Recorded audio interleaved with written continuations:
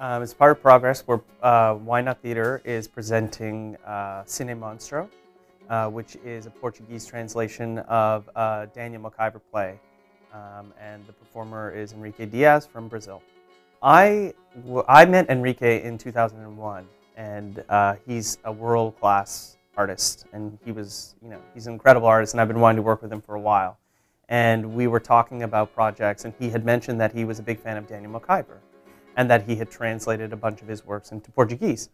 And I found that really fascinating, because it's not often that I encounter a lot of international artists who are interested in Canadian writers. And I thought, wow, it would be great to bring a Portuguese translation of a Daniel McIver play and present it in Toronto, because I had never seen an English-Canadian play performed in another language.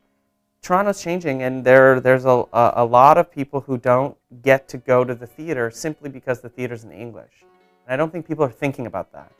I think that there is room for theaters to program or have more programming in other languages to provide at least an opportunity to welcome those people to come to the theater. You got to see this show. I mean, Enrique is a world-class performer. He really is unbelievable. When you see him perform, he is able to captivate you in a way that I find is rare.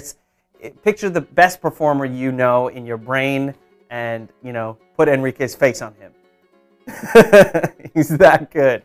There's a cul-de-sac in the neighborhood, and he plays all the different characters in the neighborhood.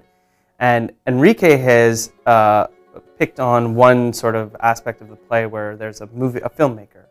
And the experience of the play is a sort of hybrid of theater and film, as he's telling the story and playing all these different characters. I'm pretty fascinated by how different that production is from the Daniel McIver production, from the original production.